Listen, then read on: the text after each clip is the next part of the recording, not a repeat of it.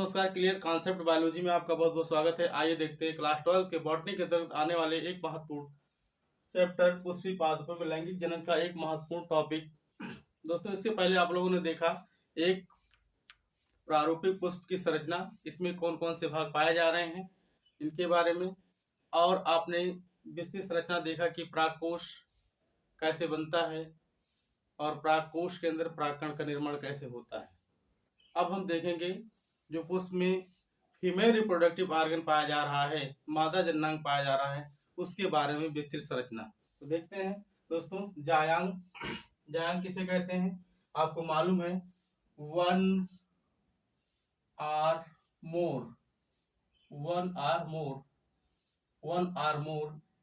अथवा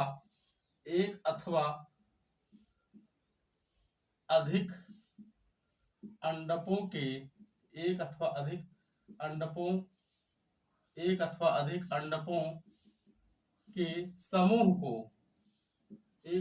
अंडकों के समूह को जायांग कहते हैं। एक अथवा अनेक अंडकों के समूह को जायांग कहते हैं। इसकी यूनिट देखा जाए, इसकी यूनिट क्या है, अंडक है। इसकी यूनिट क्या है, अंडक है।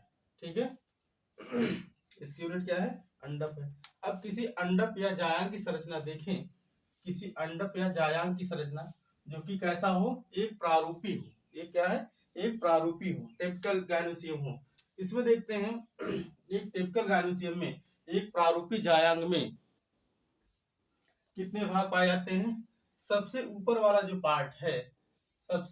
जो पार्ट है, इसे बोलते हैं स्टिग्मा। इसे बोलते हैं स्टिग्मा वर्तिकाग्र। स्टिग्मा बोलते हैं। और सबसे नीचे लोएस्ट सोइलन पार्ट, सबसे नीचे जो पाया जाता है उसे क्या बोलते हैं, ओवरी। ओवरी मीन्स क्या है, अंडाशय है। सबसे नीचे जो पाया जा रहा है ओवरी मीन्स क्या है, अंडाशय है। और अंडाशय कैसा होता है, लोवेस्ट स्वैलन पार्ट। कैसा होता है, लोवेस्ट स्वैलन पार्ट।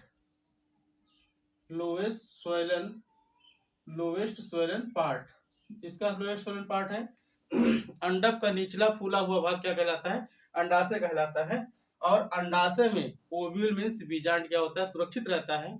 और बीजांड भविष्य में जाके बीज का निर्माण करता है। अंडाशय भविष्य में क्या करता है, after fertilisation ovary change into fruit. निषेचन क्रिया के बाद यही अंडाशय जाके इसमें चेंज हो जाता है, फल में चेंज हो जाता है।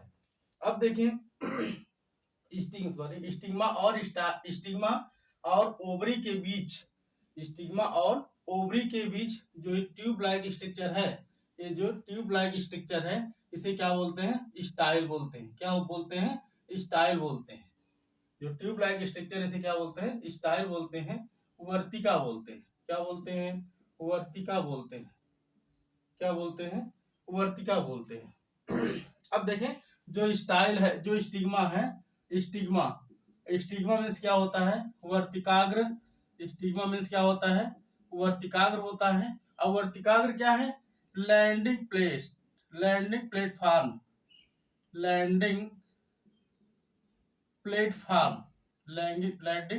प्लेटफॉर्म ऑफ पॉलन ग्रेन का क्या होता है, रुकने का स्थान,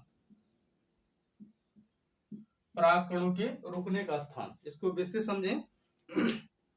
जब परागण क्रिया होती है तो परागकोश से परागकण, क्या होता है, परागकण स्थानांतरित होकर के, ट्रांसफर होकर के कहाँ आ जाता है, स्टिग्मा पर आ जाता है। कहाँ पे आएगा, स्टिग्मा पे आ जाएगा। मान लीजिए परागकण है, ये परागण क्रिया द्वारा कहाँ गया है, वर्तिकाग्र पे आ गया है।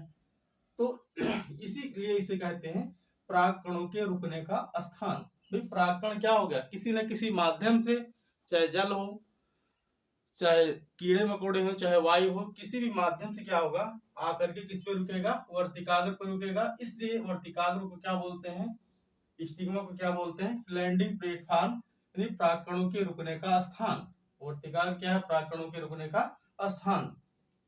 अब दूसरा जो है ये जो ट्यूब लाइक स्ट्रक्चर है, ट्यूब है जो नलिका है, जो नलिका की तरह संरचना है, इसे क्या बोलते हैं? वर्तिका बोलते हैं। क्या बोलते हैं? वर्तिका। क्या बोलते हैं? वर्तिका।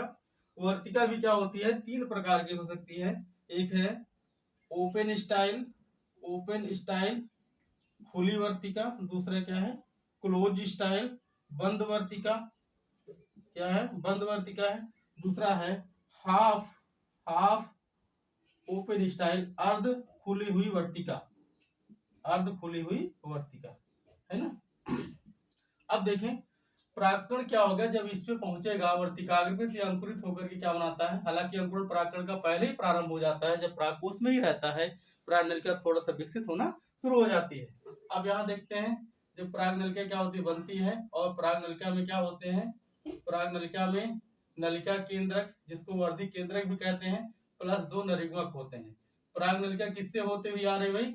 परागनलिका वर्तिका से होती हुई आ रही है। परागनलिका वर्तिका से होती हुई आ रही है, इसलिए वर्तिका को पैसेज ऑफ पोलन ट्यूब परागनलिका का मार्ग कहते हैं।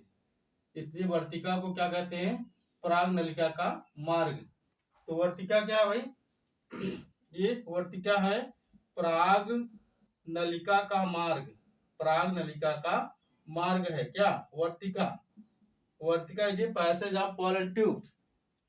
जब परागकण अंकुरित होता है, जो उससे पराग नलिका बनती है, वो वर्तिका से होती हुई अंडाशय में प्रवेश करती है। वर्तिका से होती हुई अंडाशय में प्रवेश करती है।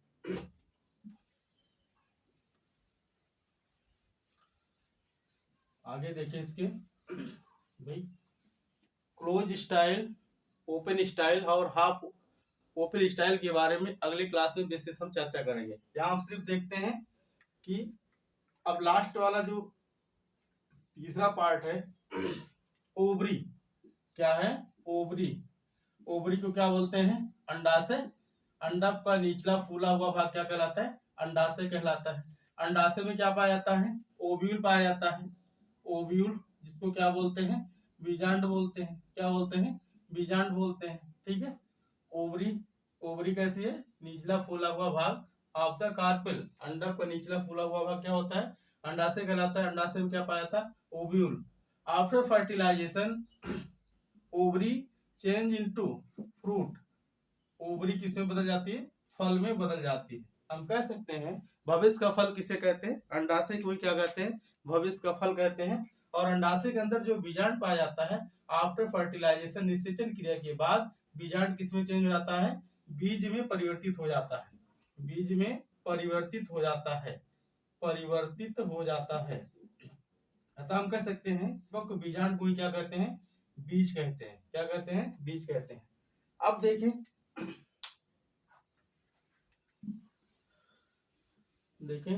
इसके बाद जो सबसे नीचे वाला भाग है, इसको क्या बोलते हैं? थैलेमस बोलते हैं। क्या बोलते हैं? थैलेमस। पुष्पासन। क्या बोलेंगे? पुष्पासन, पुष्पासन। Thalamus, THALAMUS, thalamus. पुष्पासन अर्थात पुष्प के सभी भाग, पुष्प के सभी फ्लोरल पार्ट्स क्या होते हैं? पुष्पासन पर आके रुकते हैं। मीन्स कैलिक्स हो गई, कोरोला हो गया, और एंडोसियम हो गया, और गायनोसियम, ये सभी पार्ट क्या होते हैं? आके पुष्पासन पर ही रुकते हैं। पुष्पासन पर ही रुकते हैं। ठीक है। तो अंडक में मेनली 3 पार्ट्स होते हैं, स्टिग्मा, स्टाइल और ओवरी। ठीक है दोस्तों, इस तरह से आप लोगों ने देखा कि अंडक में अंडक की विशिष्ट संरचना। दोस्तों नमस्कार।